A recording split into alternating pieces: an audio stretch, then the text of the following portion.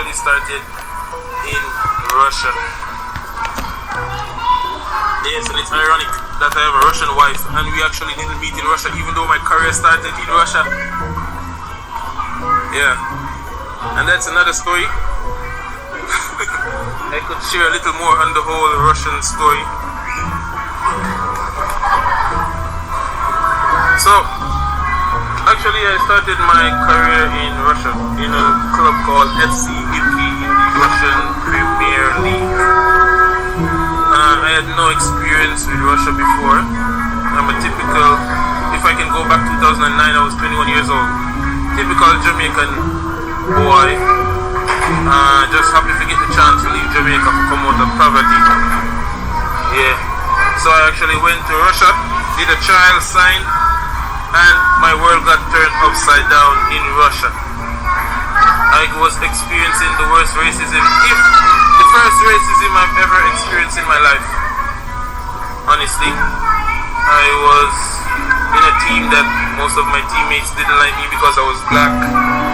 And the worst it got was, I would say, I was chased in the streets of Moscow, leaving a supermarket by 3 guys. I was physically abused. I had to run, leave my groceries, and run to my hotel. And that was the wake-up call that being black isn't loved much in this world. Yeah, honestly. So after that chase, I literally had to cover my whole skin leaving our team hotel. Almost every time I was going to the supermarket, I had to cover my hands, I wear the big jackets to make sure I wear the mask, nobody sees my face, because I was so scared. Now I'm 33 and thinking back, it's not funny, but yeah, I can look back and say Russia changed my life. Yeah, and I was there for 6 months, and literally the whole experience there, I almost wanted to jump off of a building. I was staying in a team hotel and I couldn't deal with it anymore. I was playing games, people were spitting at me, people were making monkey sounds.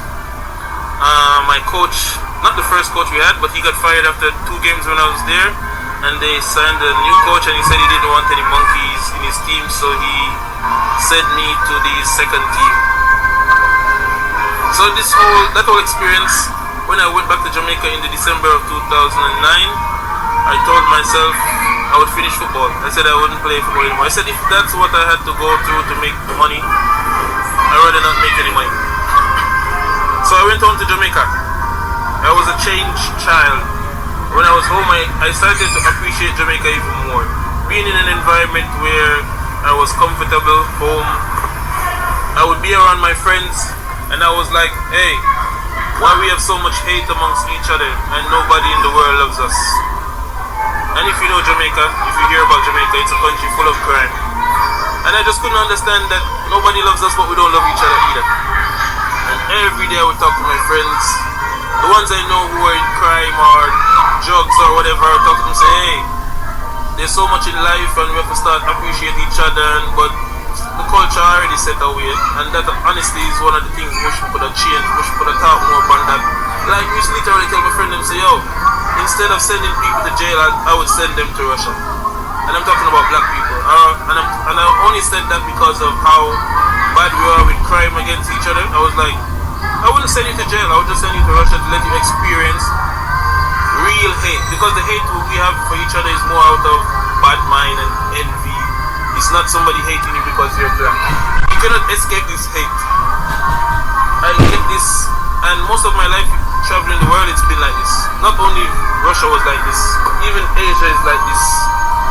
Not physically, nobody wants to harm me here, but I get it a lot where you walk and people are laughing when they see you, or you know that if you're black and you travel, you know what I'm talking about. People see you, they laugh. People see you, they start to make video, and yeah. Alright, nigga. Hey, boy. Porch monkey. Hey, nigga, I know you can hear me. You know what you're here for, don't you? Huh? You're here to get the nigga dollars for Ricky at the gate. It was shot at a gymnastics event in Dublin, the capital city of Ireland, a sporting official was seen handing out medals to young gymnasts.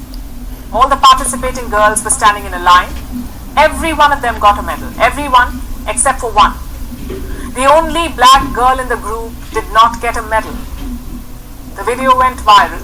It prompted condemnation from far and wide, including Olympic giant Simone Biles. She said, and I'm quoting, "There is no room for racism in any sport."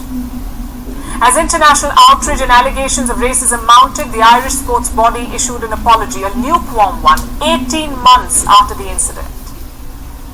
Now the girl's family says too little too late, and they're right. Our next report tells you why. This video is from March last year. It shows a medal ceremony at a gymnastics event held in the Irish capital of Dublin. You can see young gymnasts lined up, patiently but excitedly awaiting their medal. Every girl gets a medal, except for one, the only black girl there. The sporting official avoids her and moves on to the next in line. At first, the young girl is surprised, doesn't understand what's happening. But soon, her smile turns into a sigh. She looks at the line ahead to see if the official would come back with a medal. But no one does. No one intervenes either. There's an audience of hundreds in the stands. Also a photographer, a coach, and other officials. Everyone simply looks on. This weekend, the video went viral. It got over 40 million views and received condemnation from across the world. Olympic champion Simone Biles said there is no room for racism in any sport or at all. Her teammate and Olympic winner Jordan Chiles said this is beyond hurtful on so many levels. The girl's mother says her daughter was ignored because of her identity. Last year, the parents issued a complaint of racism. For 18 months, the Irish sports body Gymnastics Ireland did not apologise to the family. Instead, they held an investigation and simply asked both parties to talk it out. They declined to attend the mediation.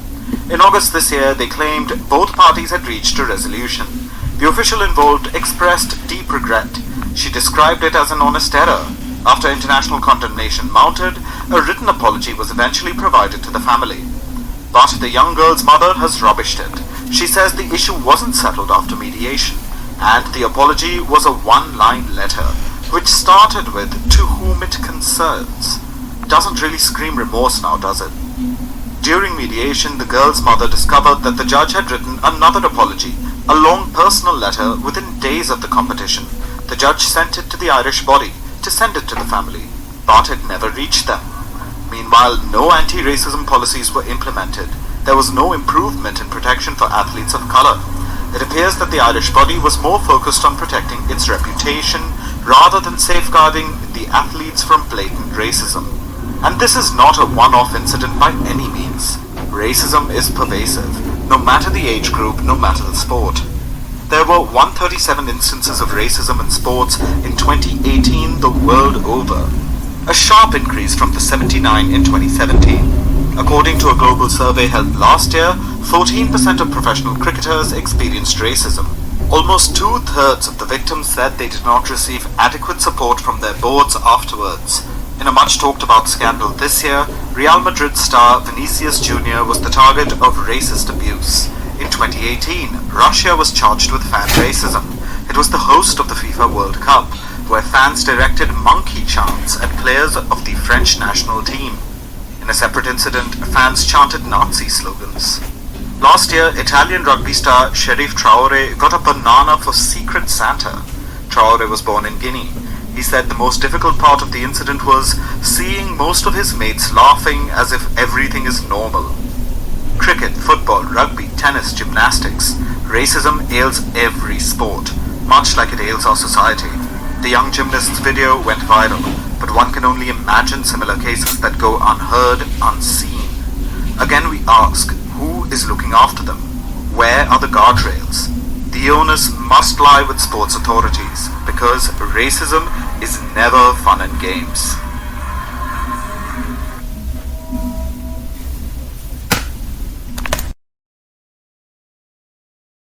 Robinson was asked if he thought the Yankees were prejudiced. Yes, he responded. There isn't a single Negro on the team now, and very few in the entire farm system. The Yankees were furious, insisting insisting that they would be happy to field the black player, if only one were good enough. Many whites grew to resent Robinson's increasing outspokenness, and some blacks worried that it would set back the progress he'd made for them. Jackie Robinson ought to behave himself, one woman wrote the Chicago Defender, before he ruins everything for Negroes in baseball. Reporters who had once sung his praises now called him a rabble-rouser, urged him to be a player, not a crusader. The New Orleans Times-Picayune accused Robinson of being insolent and antagonistic, and declared that he had done more to widen the breach between the races than 10 of the most rabid segregationists. Could it be that these are the people of which the Bible speaks of? Could it be that they are the lost sheep of the house of Israel? This young man, the first young man, said something, and he said when he went to Jamaica, he had to ask his friends, why do we hate each other and everybody else hate us? Okay, so this is Bible. The Bible said that their eyes would be evil towards each other. These are the Israelites. That is Deuteronomy 28:54. Their eyes would be evil towards each other. If a black man look at another black man, it's going to be trouble. But if any other nation person look at them, it's no problem. Just don't be a black man looking at another black man. Even to the point that Jesus prayed for them in John 17 verse 9. And John 17 verse 11, John 17 verse 22. He said something else. Why everybody else hates us. The Bible said in Ezekiel 35 that someone have a perpetual hatred towards the children of Israel. That is forever. That word perpetual is forever. Hatred towards the children of Israel. John 17 verse 14. Jesus said that the world hates them. Psalms 83. He said they took a tumult. The nations took a tumult against the children of Israel and said, come, let us cut them off from being a nation, that the name of Israel would be no more in remembrance. Zephaniah 2 verse 1. He said, gather yourself together. Gather yourself together, nation not desired. Okay, he also said that he took a wife from Russia. The Bible said that the Israelites should take a woman from their tribe to marry. He took a woman from another tribe, from a place where he feel most uncomfortable.